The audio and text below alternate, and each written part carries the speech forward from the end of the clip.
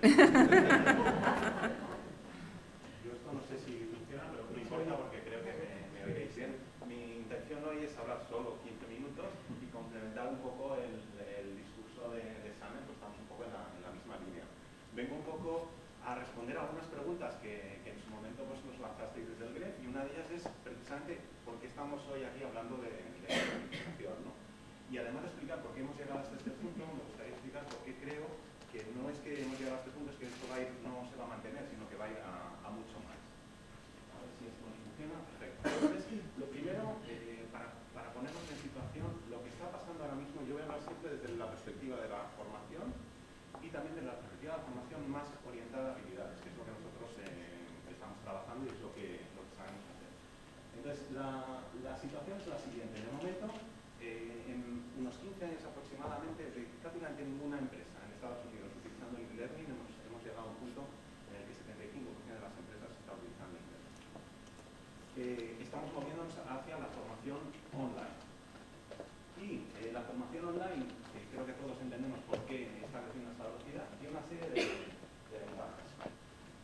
Ventajas que conocemos todos y no me voy a extender mucho. Implementación enormemente rápida comparado con organizar unas jornadas presenciales. La organización mucho más fácil, eso es algo que nos compensa mucho en empresas del tamaño de las que estáis aquí. Es mucho más barata, es más óptima. Es escalable, nos permite que una vez que hemos creado un elemento, un producto, un curso, podamos desplegarlo a nivel internacional, pues prácticamente con costes nulos. Y es enormemente accesible comparada con, sobre todo para el usuario, comparada con la formación presencial. Muy rápido porque creo que esto todos lo entendemos.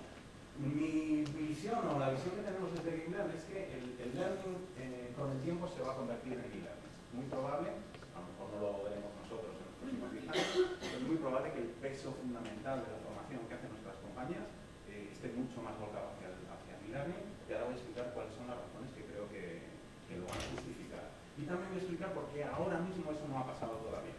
Una cosa es que el 75% de las empresas lo estén utilizando y otra cosa es que estén utilizando más que la formación presencial. Y la razón es que el e-learning actual, sobre todo en habilidades personales, habilidades directivas, llamémoslo como queramos, tiene una serie de inconvenientes muy fuertes y muy graves. El primer inconveniente es que hemos tendido a buscar grandes cantidades de contenido. Hemos trabajado y nos hemos orientado mucho en nuestras superplataformas de gestión de esos contenidos y se han quedado los contenidos como un poquito de lado.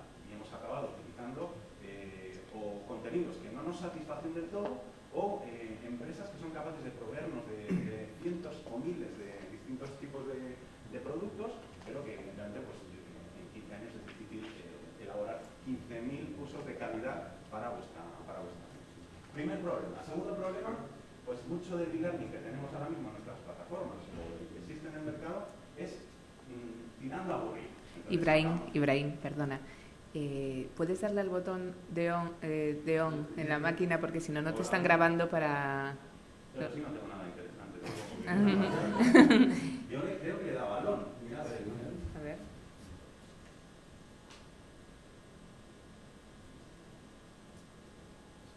Cuando me lo he puesto le he dado y no... Hola, hola. Ahora. Hola. ¿No? Con esto. Ahora. Gracias. Gracias, perdona. Solo estaba tocando el aparatito, entonces, es aburrido y tampoco voy a entrar a definir y a detallar cosas que todos estáis viviendo en vuestro día a día, ¿vale? Mucho del contenido que hay es excesivamente teórico. Se vuelcan conceptos en modelos de consultor, en definiciones, y al final el usuario no acaba encontrando lo que busca, que son cosas que yo pueda aplicar pasado mañana en mi puesto de trabajo. No tiene la posibilidad, sobre todo en habilidades personales, de darle la opción al usuario de que practique. Es decir, está delante de un ordenador, ¿cómo voy a practicar comunicación? ¿Cómo voy a practicar negociación? ¿Cómo voy a practicar gestión del tiempo si estoy delante de un ordenador, ¿no? No tiene feedback, que normalmente está relacionado con esa práctica, y el feedback es un elemento esencial para poder desarrollar una habilidad, para poder mejorar esa habilidad a partir de los resultados observables de lo que hacemos. Y al final, yo creo que todo esto acaba desembocando en unos ratios de finalización muy bajos, que depende de los estudios. En Europa se mueve entre el 20 y el 30%, esto siempre que no sea obligatorio de alguna forma, y bajos grados de satisfacción. Y nos encontramos con muchas personas del mundo de la formación que les cuesta mucho movilizar a sus personas de la organización para que entren en sus plataformas, hagan los cursos y ya no digo que los completen. Bien, pues el matiz que tengo que hacer es que estos problemas del e-learning, aquí ya viene enseguida la gamificación, son problemas que no son esencialmente del e-learning. El e-learning no es más que un formato, el mismo formato que podemos elegir para dar formación dentro de una clase con una sala y un profesor o una profesora que nos habla durante 15 o 20 minutos. El problema no es del formato del e-learning o de la formación en el ordenador. El problema es cómo se diseña y cómo pedagógicamente está planteado ese curso. Entonces, ¿qué es lo que debe pasar o qué es lo que va a pasar y lo que ya está pasando? Que los proveedores de contenidos para e-learning poco a poco tendrán que hacer el mismo esfuerzo que hicimos en presencial para hacer que nuestros cursos no fueran solo un señor hablando, sino que hubiera dinámicas de grupo, roleplays, ejercicios, feedback del monitor o de los compañeros, etcétera, etcétera. Entonces, yo voy a plantear también esa especie de presión que tenemos desde nuestras organizaciones para seguir yendo sin freno hacia el e-learning, la formación online, y lo que va a hacer que desemboquemos en la gamificación como una herramienta que nos permite hacer eso. Ahora mismo ya el dominio de las tecnologías empieza a ser mayoritario, igual que el acceso a Internet y a los dispositivos móviles. No es el futuro, ya está pasando. Ahora mismo, desde el punto de vista de las personas, de las empresas, tenemos cada vez competencia creciente, que es competencia para producir, pero también para competir por el talento. Tenemos dispersión geográfica cada vez mayor, porque las empresas son cada vez más grandes, y hay que formar a mucha gente a la vez con los mismos conceptos en 3 días, y a ser posible sin demasiado esfuerzo. Y además tenemos aprendices impacientes que quieren aprender o saber lo que necesitan en el momento en que lo necesitan y sin tener que estar 3 o 4 días encerrados en ningún sitio. Y desde el punto de vista de la gente, están ya aquí los millennials. Algunos ya estáis aquí, son gente pues, que tiene ahora más o menos 30 años y que ahora mismo representa el 34% de la fuerza laboral, pero en muy breve van a ser la gran mayoría. Esto está cambiando la forma en la que somos. Y entonces aquí empiezan a aparecer los videojuegos. Todos estos millennials que ya están y que ya vienen, incluidos nosotros mismos, porque no hace falta ser millennial para ser jugador de videojuego, aquí tenéis algunos datos. Prácticamente el 60% de la población americana ya juega a videojuegos. Y por raro que pueda parecer, el jugador medio tiene 30 años. No tiene 15, no tiene 12, no tiene 9, tiene 30 años. Eso significa que hay gente que aquí con 40, 45, con 50 años estamos jugando a los videojuegos. Y además no son chicos, o sea, no son adolescentes masculinos de 14 años que no saben hacer otra cosa que jugar. No, no. Aquí hay mujeres prácticamente en la misma proporción que los hombres. Y una cosa súper interesante es que a la edad de los 18 en Estados Unidos, el 90% de la gente ya ha jugado a videojuegos, y lo que es más impresionante es que han dedicado una media de 10.000 horas, que es prácticamente lo que están de horas lectivas entre el instituto y la escuela que ellos tienen antes del instituto. O sea que si hablamos de nivel de experiencia en videojuegos, pues es brutal. Esto es lo que tenemos ahora mismo ya en las organizaciones. Vale que a lo mejor hay gente de 50, de 60 que todavía no está acostumbrada, que no le gusta o que no lo acepta. Pero es cuestión de muy poco tiempo que toda la organización no solo esté acostumbrada, sino que lo espere y lo demande.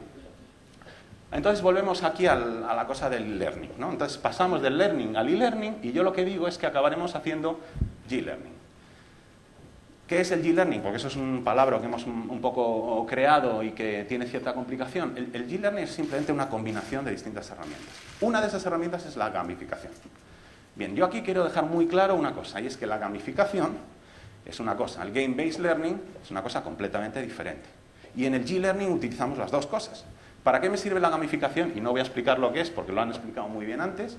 Básicamente vamos a utilizar pues, el sistema de retos, de niveles, de premio, de recompensa, de competición, para hacer que la gente quiera hacer algo. Puede ser que haga el curso, puede ser que acceda a la plataforma, vosotros elegís el tema, ¿no? O el objetivo.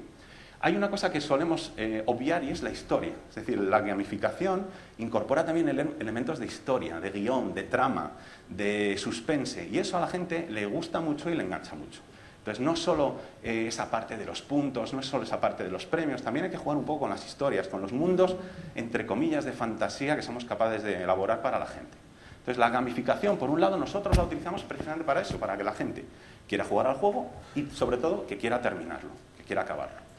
Y el segundo elemento que utilizamos es el Game-Based Learning, que básicamente es que utilizo el juego para enseñar, es decir, el propio juego me está ayudando a enseñar, que es un poco lo mismo que hacen los simuladores. O sea, yo no creo que estemos hablando de cosas que no conozcáis prácticamente todos. Lo hemos estado haciendo hace 20 años con las roleplays, con las salidas outdoor training que hemos hecho, con las dinámicas de grupo. Eso es utilizar juegos para que la gente aprenda de la experiencia. Y es lo único que pretendemos cuando mezclamos gamificación y game-based learning. Darle la opción a las personas que hacen formación online que tengan esa posibilidad de aprender de la experiencia también. Entonces, el game-based learning no es algo que hayamos inventado ni siquiera hace 20 años. No, es algo que está con nosotros desde que somos humanos. O sea, aprendemos desde niños jugando. Las normas sociales. Los animales aprenden jugando a cazar, o a defenderse, o a pelear. Este es un ejemplo maravilloso de Game-Based Learning de 1843. La mansión de la felicidad, que es como un juego de la oca, que tú lo que tienes que buscar es llegar a la felicidad máxima y absoluta, que viene a ser como un paraíso, y cada una de las celdas representa o un vicio o una virtud.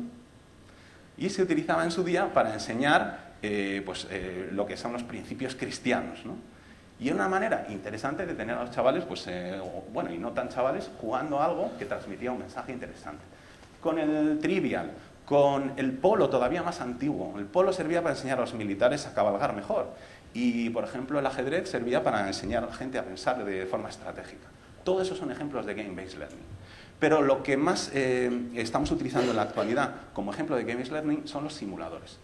Y lo hacemos en presencial y lo hacemos en online. Los simuladores os permiten poner a vuestra gente en una situación sin coste y sin riesgo para que experimenten aquello que les hayamos enseñado, los conceptos que les hayamos enseñado y que los pongan en práctica de manera que puedan recibir el feedback y aprender de esa forma. Es decir, estamos llevando el aprendizaje experiencial a la sala o al ordenador. Vosotros elegís.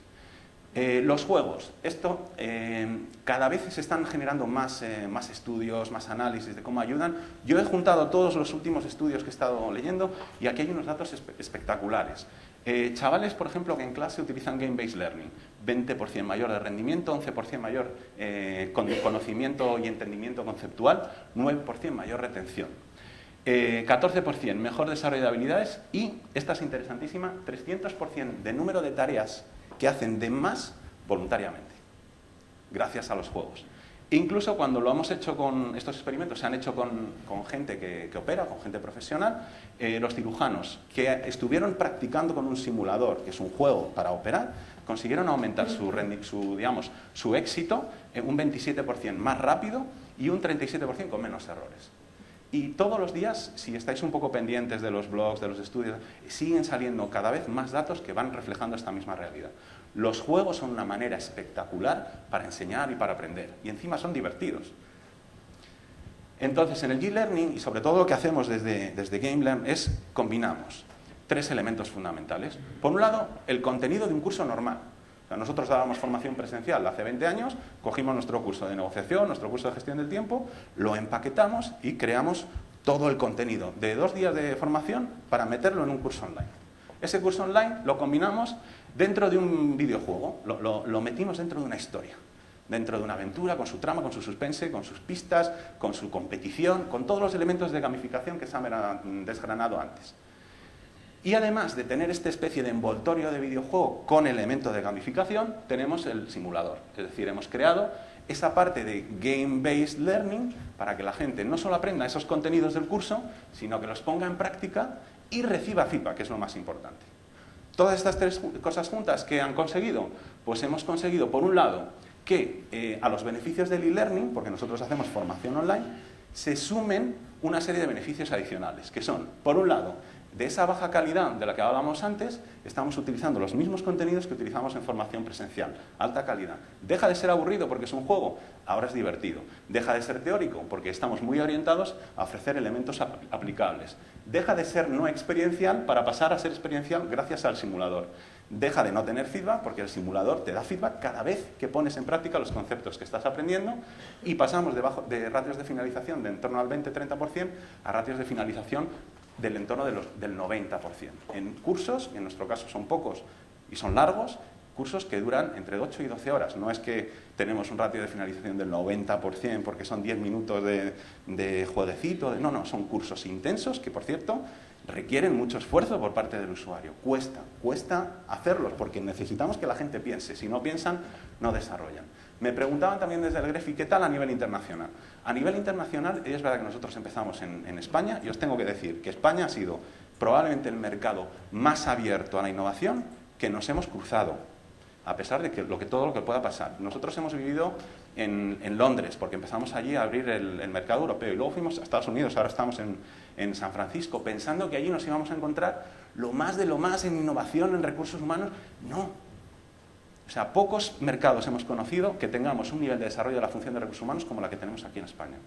Y el nivel de apertura a la innovación es muchísimo más alto aquí que en cualquiera de los países que yo os pueda decir. Es verdad que hablamos de Asia, que les encanta, en Middle East les encanta, en Europa, en Latinoamérica, pero por muy extraño que parezca, pues los norteamericanos o los ingleses, los anglosajones, les cuesta mucho. Yo creo que esto exige demasiada creatividad por su parte, ¿no? Es como, me tengo que poner en la piel de alguien y encima aprender cosas serias, ¿no? Pues como que les cuesta. Los resultados al final, y estoy acabando, han sido un 89% de ratio medio de finalización, un 99% de los usuarios que tenemos en los distintos juegos que hemos desarrollado, del 99% que lo consideran aplicable, el 97% de ellos lo recomiendan, y la valoración media de todos esos usuarios ha sido cercana al 10%. Es decir, invirtiendo, y aquí era la última pregunta que voy a responder, también me preguntaban desde el Gref, oye, ¿y esto qué? ¿Cuánto se tarda en hacer? ¿Cuánto se tarda en implementar? ¿Cuánto cuesta? La manera en la que nosotros hacemos las cosas es un poco diferente. Hacemos habilidades y como son transversales y prácticamente no requieren personalización, hacemos una inversión muy grande en un producto que luego se puede vender en otros muchos mercados y en muchas empresas, ¿no? Y eso nos permite hacer inversiones más fuertes. Un producto así de sofisticado, así de completo, que mezcle simulador, que mezcle videojuego y elementos de gamificación perfectamente incrustados en él, y un buen contenido, a nosotros nos lleva de media 2 años de desarrollo. Estamos hablando de entre 50 y 120 personas en función del momento del proyecto, y entre 1,5 millones y 2 millones de euros de desarrollo. Eso es lo que le lleva al pobre proveedor de contenidos a hacer ese esfuerzo. Pero en el caso de la implementación, si alguien utiliza nuestros productos, la implementación es de un día para otro, porque el producto está listo y lo único que hay que hacer es dar acceso a los distintos usuarios que quieren jugar. Entonces, porque ya me están llamando la atención, yo voy a ver si algunas de las cosas que tengo en la cabeza pues puedo transmitirlas también a lo largo de nuestra conversación posterior, pero esto es un poco lo que quería transmitiros. La formación en línea es imparable y no lo ha sido ya y ha crecido más rápidamente solo por una razón, y es que todavía no hemos sabido hacer contenidos de calidad para ellas. Solo necesitamos un poco de tiempo, que nos deis tiempo a los proveedores, y la gamificación y el Game-Based Learning se convierten en 2 herramientas esenciales para resolver esos problemas que tiene la formación en el momento actual. Muchas gracias.